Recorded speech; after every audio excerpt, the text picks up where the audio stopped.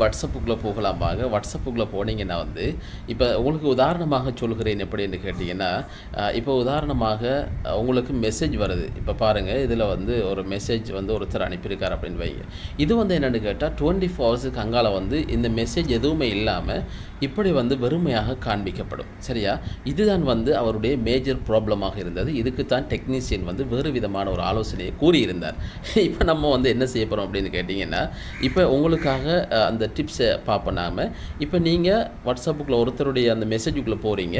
இப்போ வந்து மெசேஜ் வந்து வந்திருக்குது. இந்த மெசேஜ் வந்து 24 மணித்தியாலத்துக்கு அப்புறம் வந்து காணாமல் போவதை தவிர்ப்பதற்காக நாம் என்ன செய்ய போகிறோம்னு பார்த்தீங்கன்னா, இந்த இருக்கிற 3 டொட்டை வந்து கிளிக் பண்ணுங்கள். 3 டொட்டில் பாருங்கள், அப்படியே டிஸப்பியரிங் மெசேஜ் அப்படிங்கிற ஒரு ஆப்ஷன் காட்டும். அதாவது லாஸ்ட்டுக்கு 3வது. சரியா? இந்த டிஸப்பியரிங் மெசேஜை கிளிக் பண்ணிங்கன்னா, நான் வந்து இதில் ஆஃபில் இருக்கேன். அவரோட மொபைலில் வந்து 24 ஹவர்ஸில் வந்து இருந்தது. விளங்குதா? இப்படியாக இருக்கின்றப்ப தான் இந்த மெசேஜ் வந்து 24 மணி நேரங்களுக்கு அப்பால் வந்து டிலீட் ஆகக்கூடிய சந்தர்ப்பம் இருக்குது. எனவே இவ்வளவு தான் இந்த வீடியோ. இதை நீங்கள் ஆஃப் கொடுத்துட்டீங்க அப்படின்னு சொன்னால், ஆஃப் பண்ணிவிட்டு சேவ் அப்படிங்கிற ஒரு விஷயமெல்லாம் கிடையாது.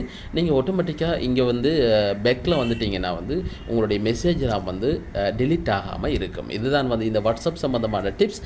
இது வந்து நிறைய பேருக்கு தெரிய வாய்ப்பு இருக்கிறது, நிறைய பேருக்கு தெரியாமலும் இருக்க வாய்ப்பு இருக்குது. எனவே உங்களுக்கு தெரிந்திருந்தால் எனக்கு தெரியும், பரவாயில்லை அப்படிங்கிற ஒரு கமாண்டை போடலாம். அப்படி தெரியல பிரயோசனமாக உள்ளது அப்படிங்கிறத நீங்கள் சொல்லி எனக்கு வந்து சந்தோஷத்தை ஏற்படுத்த முடியும். அதே நேரத்தில் என்னுடைய சேனலுக்கு புதிதாகவர்களாக இருந்தால் கண்டிப்பாக சப்ஸ்கிரைப் செய்யுங்க. இன்ஷா அல்லாஹ் தொடர்ந்தும் இது போன்ற சில தகவல்களை தர காத்து கொண்டிருக்கிறேன். இன்ஷா அல்லாஹ்.